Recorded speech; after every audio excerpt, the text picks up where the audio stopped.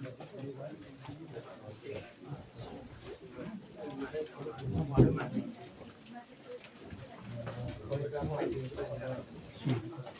भर्खरै विटनेस गर्नुभयो अहिलेको नयाँ ऐतिहासिक जनादेश प्राप्त स्पष्ट बहुमत सहितको सरकार भर्खरै गठन भएको छ। सम्माननीय प्रधानमन्त्री बालेन्द्र शाहको नेतृत्वमा यस मन्त्रीमण्डलमा मैले अर्थ मन्त्रालयको जिम्मेवारी पाएको छु। भर्खरै शपथ लिएर आज मन्त्रालयमा सचिवज्यू लगायत सबै पदाधिकारी साथीहरूसँग स्वागत गर्नुभएको छ। यहाँले पनि यहाँले स्वागत गर्नुभएको छ, धन्यवाद छ। एउटा क्रमभङ्गता नै भनौँ, हामीले पेपरलेस क्यासलेस इकोनोमीको कल्पना गर्दै गर्दा आज नेपाल सरकारभित्र पनि त्यो ढड्डाका ढड्डा टिप्पणीको चाहिँ लामो श्रृङ्खला होइन, सुब्बा साहबदेखि हुँदै लाने सचिवसम्म आउने फेरि घुम्ने त्यो चक्रलाई तोड्ने एउटा सानो प्रयास चाहिँ अर्थ मन्त्रालयले सुरु गरिसकेको छ। अरू अन्य अप्रुभल प्रोसेसहरू पनि इलेक्ट्रोनिक र डिजिटलाइजेसनको युगमा गइसकेको भन्ने मैले बुझेको छु। अब यसलाई हामीले फैलाएर सम्पूर्ण नेपाल सरकारकै पनि मोडस अपरान्डी यो हुनुपर्छ भन्नेलाई एउटा अनुकरणीय अभ्यास चाहिँ अर्थबाट नै सुरु होस् भन्ने मेरो चाहना पनि हो। र आज चाहिँ केही प्रमुख निर्णयहरू भएका छन्, यहाँहरूले देख्नुभयो। पहिलो निर्णयमा अहिलेको विषम वैश्विक, क्षेत्रीय र राष्ट्रिय आर्थिक अवस्था जुन छ त्यसको आज चैत्र 13 गतेसम्मको चाहिँ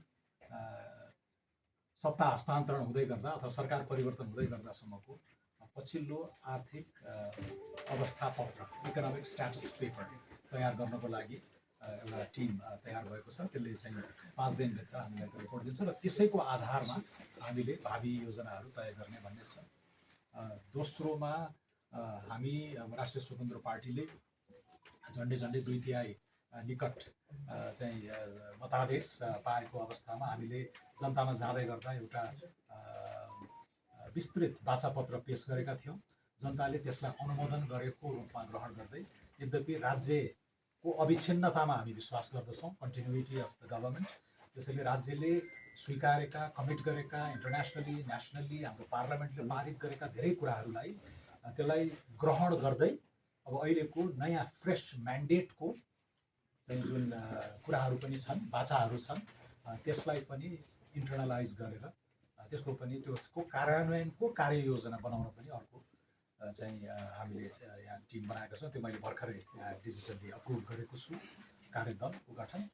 तेस्रो सायद असाध्यै महत्त्वपूर्ण कुरा पनि यहाँहरूले कतिको थाहा पाउनुभयो, केही महत्त्वपूर्ण अर्थतन्त्रसँग सम्बन्धित प्रतिवेदनहरू विगत 5-7 वर्षमा आएका छन्, विभिन्न सरकारहरूले लिएर आएका छन्। राम्रा कामहरूलाई हामीले त्यसको स्वामित्व ग्रहण गरेर मुलुकलाई अगाडि बढाउनुपर्छ भन्ने एउटा सन्देश पनि दिनको लागि सार्वजनिक खर्च पुनरावलोकन आयोगले चाहिँ राम्रा सुझावहरू दिएको छ। केही त्यसलाई अध्यावधिक गरेर अझै हामी जान सक्छौँ।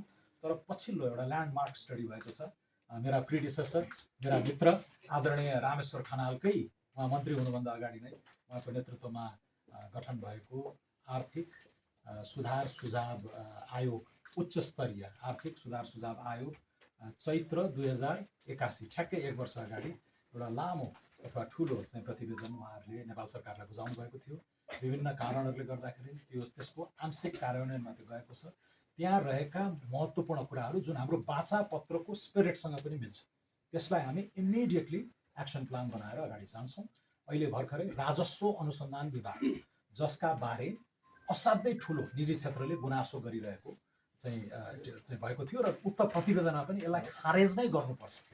निजी क्षेत्रको कन्फिडेन्स बढाउनको लागि यो प्रेडेटरी स्टेट होइन, यो दोहन लुटमा विश्वास गर्ने स्टेट होइन, हाई इन्टेग्रिटीबाट निर्देशित हुने सरकार हो भन्ने त्यो सन्देश आज पहिलो दिनमै दिनको लागि पनि निजी क्षेत्र मैत्री, चाहिँ उद्यम मैत्री, प्रतिस्पर्धात्मक अर्थतन्त्र मैत्री नीतिहरू चाहिँ अब हामी ल्याउन चाहिँ गइरहेका छौँ। र त्यसै स्वरूप राजस्व अनुसन्धान विभाग लगायत एन्टिक्वेटेड लजहरू, 13 सालका, 15 सालका, 31 सालका पुराना, नेपालै कहाँ पुगिसक्यो, विश्वको युग नै कहाँ पुगिसक्यो, ती पुराना लजहरूमा टेकेर जुन निजी क्षेत्र लगायत आम नागरिकलाई हैरानी दुःख दिने कामहरू हुन्थ्यो, त्यसलाई हामीले 15वटा ऐनलाई खारेजै गर्ने, अगेन त्यही उच्च स्तरीय आर्थिक सुधार सुझाव प्रतिवेदनकै सिफारिसमा टेकेर, यद्यपि अन्य एफएनसिसिआई, सिएनआई लगायतहरूले पनि चाहिँ त्यसलाई उठाइरहेको थियो। अहिले साङ्केतिक रूपले हामीले त्यो विभाग र 15वटा ऐन चाहिँ खारेजी गर्ने प्रक्रियाको लागि पनि